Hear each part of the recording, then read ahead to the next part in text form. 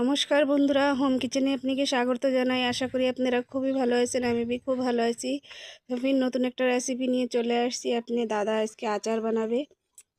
তো এই যে আধা প্যাকেট ছিল, আগে বানিয়েছিলাম যে আচার, আধা প্যাকেটে যে ঢেলে দিছে, আর এর একটা অল্প একটু ঢালছে, যদি লাগে তারও ঢেলে দেবে। তো এই জায়গায় নিয়ে নিছি আম, শুকায় নিয়ে নিছি ভালো করে। আর এই জায়গায় আছে কস্তুরি মেথি ডালছে আর পাঁচফোড়ন, ওটা হালকা একটু সেকে নিয়ে নিছে। তো আপনার দাদার তরিকায় বানাবে, দেখি কেমন বানাই। বলছে আমি বানাবো আচার। আর মৌসুম দেখেন, বাইরে বৃষ্টির ভাব। তো বৃষ্টি হলেও কোনো পরোয়া নেই, কেন কি আমার আচার বেশি রোদ্দুরে কোনো জরুরত নেই। কি জরুরি আচারের রোদ্দুর লাগবে, তাইলেই আচার ভালো হবে, না তো না। আমার আচার খারাপ হয় না বন্ধুরা, এরম দিয়েও যদি আমি পুরো রাইখে দিই না, তবুই খারাপ হয় না আচার। একটু পয়সা মারছে নাই। তো বন্ধুরা এই যে লবণ দিয়ে দিচ্ছি।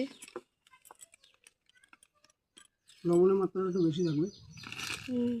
অত বেশি भी দিয়ে না জানি, বাস আর দেওয়া লাগবে না। তেল দেব, তেলটা নিয়ে নিই, গরম করে ঠান্ডা করে নিয়ে নিছি বন্ধুরা। তো ঢেলে দেবো।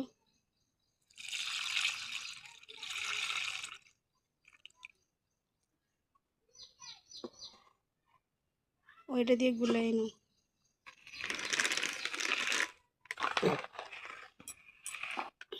আপনারা ভাববেন যে বন্ধুরা বর্ষার মৌসুমে দেশে আচার খারাপ হয়ে যাবে, কোনো খারাপ হয় না। আমি আগে ওরম বানাইয়ে আমি রাইখা দিয়েছি, রোদ্দুরে না দিলেও আচার কোনো খারাপ হয় না।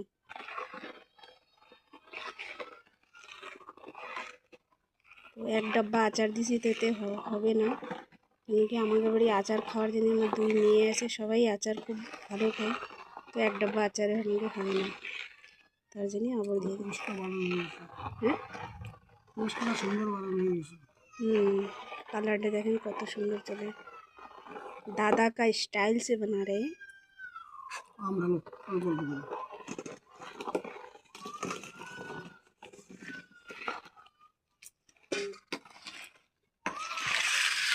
हर बच्चों तो आमी बनाई, एबार दादा बनाচ্ছে, देखी केमन लगे।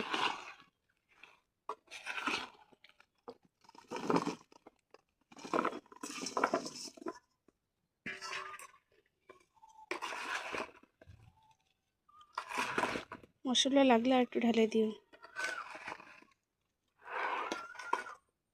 রোদ্দুর মগর বন্ধুরা, এটা আমি রোদ্দুরে ভালো মতন শুকায় নিয়েছি। এখনই বলাই মেঘ আসছে, মগর সের আগে রোদ্দুর ছিল। আমি রোদ্দুরটাকে এতে ভিতরে কিছু লাগাই নেই, এমনিই খালি শুকায় নিয়েছি। রোদ্দুরে এটা ভালো মতন শুকায় নিতে হবে, তাইলে আচার খারাপ হবে না। এক একটা টিপস বলে দিচ্ছি, ওই জন্য আচার খারাপ হবে না।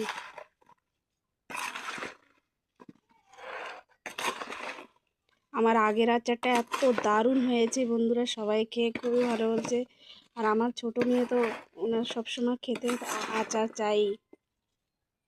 আমাদের ঘরে এরম বলে আচার বানাই, কোনো দিন হলে এই গাছটার আমের আচার খুবই দারুণ লাগে। আপনাকে দেখাইছিলাম আগের ভিডিওতে।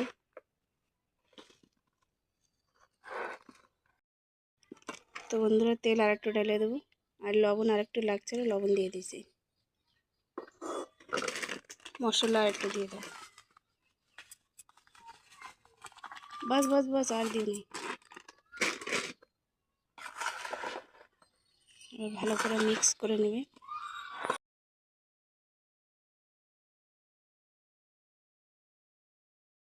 মিক্স করা হয়ে গেছে বন্ধুরা। তো এবার দিয়ে দেবো হিং। এই দেখতেই পাচ্ছেন কতটুকু হিং রয়েছে। তো দাদা বলেছে হিং দিয়ে বানাবে, বেশি নাই, অল্পটাই ছিল।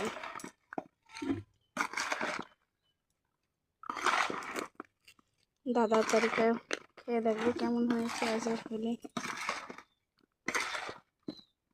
কালারটা তো দারুণ হয়েছে। যেমনি বি বানাও বন্ধুরা, এই গাছটার আচার এত টেস্ট হয়, আপনাকে খেলেই বুঝতে পারবেন, না তো বুঝতে পারবেন না। দারুণ টেস্ট। আগে অন্য গাছের আচার দিছি, দাদা একবার বলছিল এই গাছটার আমের আচার দিয়ে দেখো কেমন হয়। তো দিচ্ছি, সত্যি বন্ধুরা, সব গাছের আমের থেকে এই গাছটার আমই বেশি টেস্ট লাগে। তো ডাব্বাটা ধুয়ে সাফ করে শুকায় নিয়ে নিয়েছি। ডাব্বাটা একদম শুকাও বাঁচাই, জল যদি থেকে যায় তো বন্ধুরা আচার খারাপ হয়ে যাবে।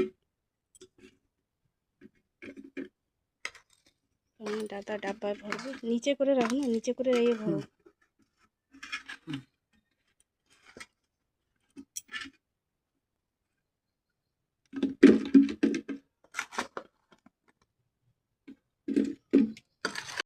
বন্ধুরা ডাব্বাটা ভরা হয়ে গেছে, মশলাগুলি দিয়ে দিয়েছে।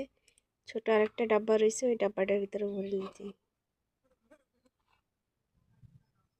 ভরছে, সব তেল পড়ে গেছে, পোছা লাগবে। আপনারা চাইলে রোদ্দুরে বীজখানে দিতে পারেন বন্ধুরা, যদি ওঠে তো দেবো, না তো দেবো না। না তো আমার আচার বেশি খারাপ হয় না। আর আচারে বাসি কাপড়ে বা এমনি ছুঁয়ে যদি খায় সবসময়, তাহলে আচারটা খারাপ হয়ে যায়। তো আপনারা অবশ্যই এটাই চেষ্টা করবেন কি আলাদা একটা বর্তনের এইখানে রান্নাঘরে খাওয়ার জানি।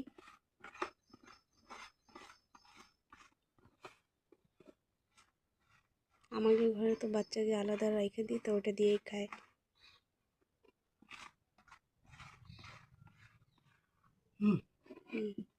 কমপ্লিট, বুঝছে না। তো বন্ধুরা আপনাকে ভিডিওটা কেমন লাগছে অবশ্যই কমেন্টে জানাবেন। তো আপনাকে যদি ভিডিওটা ভালো লাগে তো লাইক শেয়ার কমেন্ট সাবস্ক্রাইব করে দেবেন, বেল আইকন দাবাই দেবেন। ফির নতুন একটা রেসিপি নিয়ে চলে আসবো। Bye, take care, take care বলো, টেক কেয়ার।